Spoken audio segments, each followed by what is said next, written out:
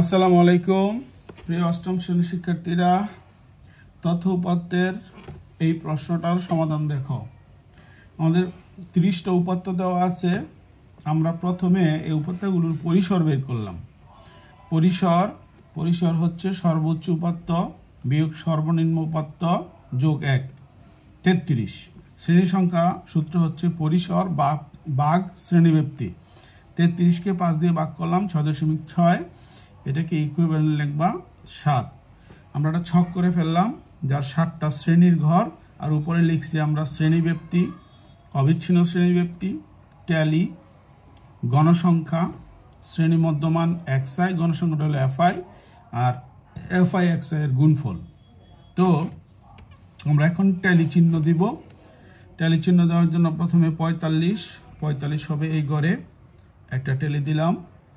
42 হবে এই ঘরে। 60 হবে এই ঘরে। 61ও এই ঘরে হবে। 58 এই এখানে 58। 53 এই ঘরে 53। 48 এই ঘরে 48। 52 এই ঘরে 52। 51 এই ঘরে 51। 49 এই ঘরে 49। 73 শেষের ঘরে 73। 52 এই ঘরে 52। 57 এই ঘরে 57। 71 শেষের ঘরে 71। 64 এই ঘরে 64।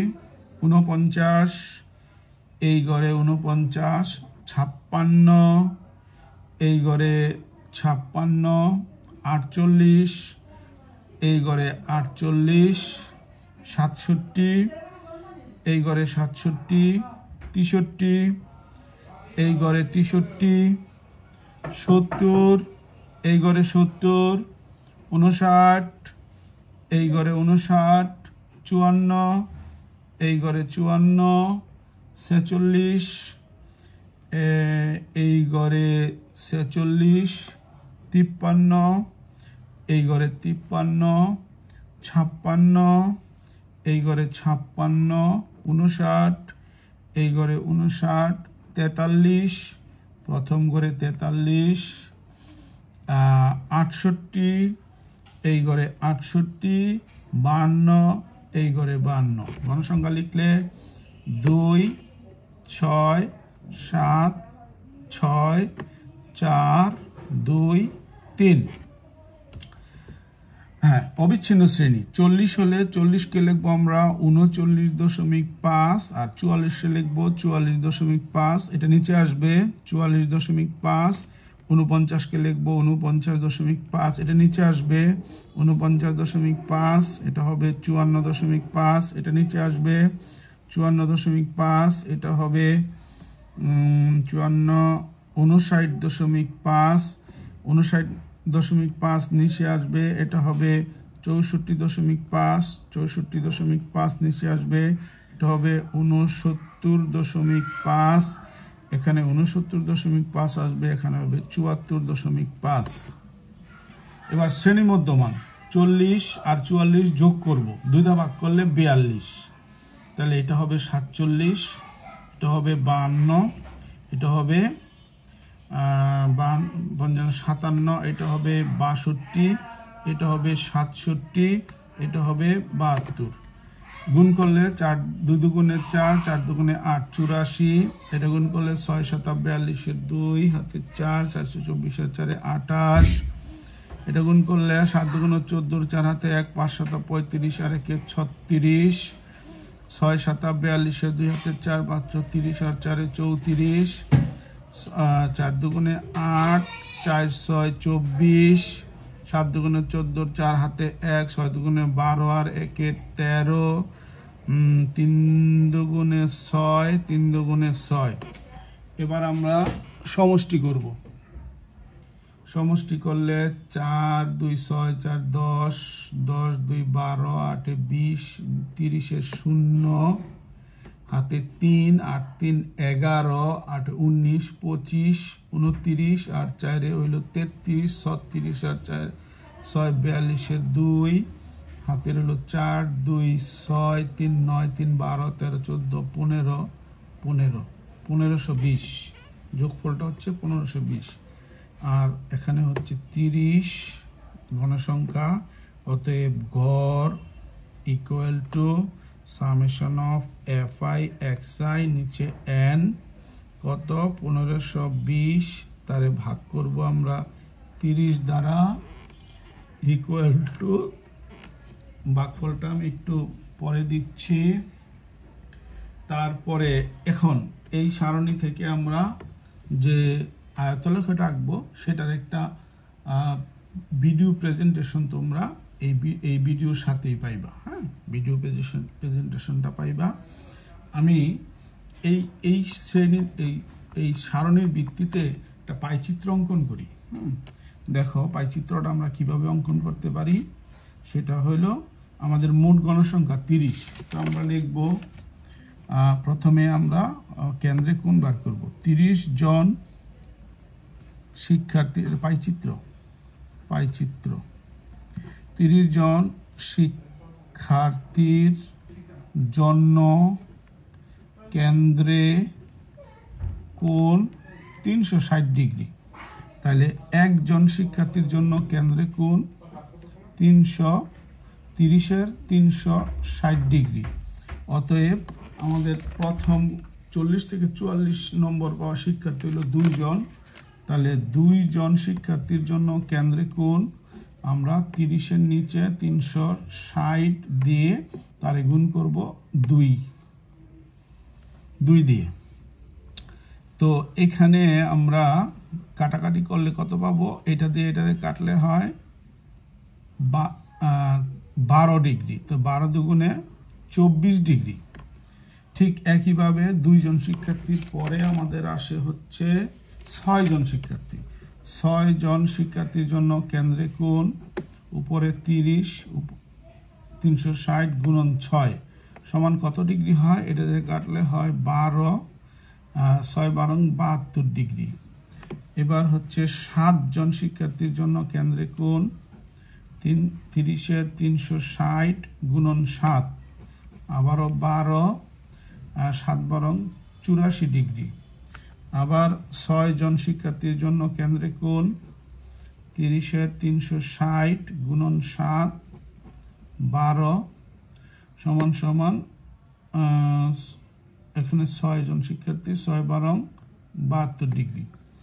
অতএব এবার হলো 6 জনের পরে 4 জন 2 জন 3 জন না 4 জন শিক্ষার্থীর জন্য কেন্দ্রে কোণ 30-এর 360 গুণন 4 এখানে 12 4 12 48 ডিগ্রি। অতএব এবার হচ্ছে 2 জন শিক্ষার্থীর জন্য কেন্দ্রে কোণ 30-এর 360 গুণন 2 সমান সমান 24 ডিগ্রি। 3 জন শিক্ষার্থীর জন্য কেন্দ্রে কোণ 30-এর 360 গুণন 3 12 36 ডিগ্রি। এবার এই যে কোণের পরিমাণগুলো আমরা বের করলাম এই কোণের পরিমাণগুলো আমরা পাইচিত্রে দেখাবো। দেখো পাইচিত্রে আমরা কি করব? প্রথমে একটা বৃত্ত আঁকবো। বৃত্তের ব্যাসার্ধ তোমার ইচ্ছা মতো নিবা, তবে একটু বড় নিলে সুবিধা হয়। বড় একটা বৃত্ত নিলেই সুবিধা হয়। হ্যাঁ, বড় একটা বৃত্ত নিলাম, তার যে কোনো এক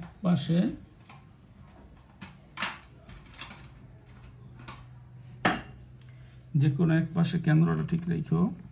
যে কোনো এক পাশে তোমরা আগে একটা ব্যাসার্ধ আঁকবা। এই ব্যাসার্ধটার মধ্যে তোমাদের এই চাঁদাটা ধরবা। আমাদের প্রথম কোণটা কত? প্রথম কোণটা হচ্ছে 24 ডিগ্রি। প্রথম কোণটা 24 ডিগ্রি। আমরা এখানে চাঁদা ধরি, সুন্দর করে চাঁদাটা ধরলাম।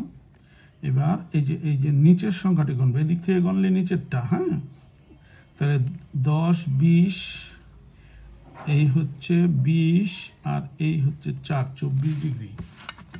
তো আমরা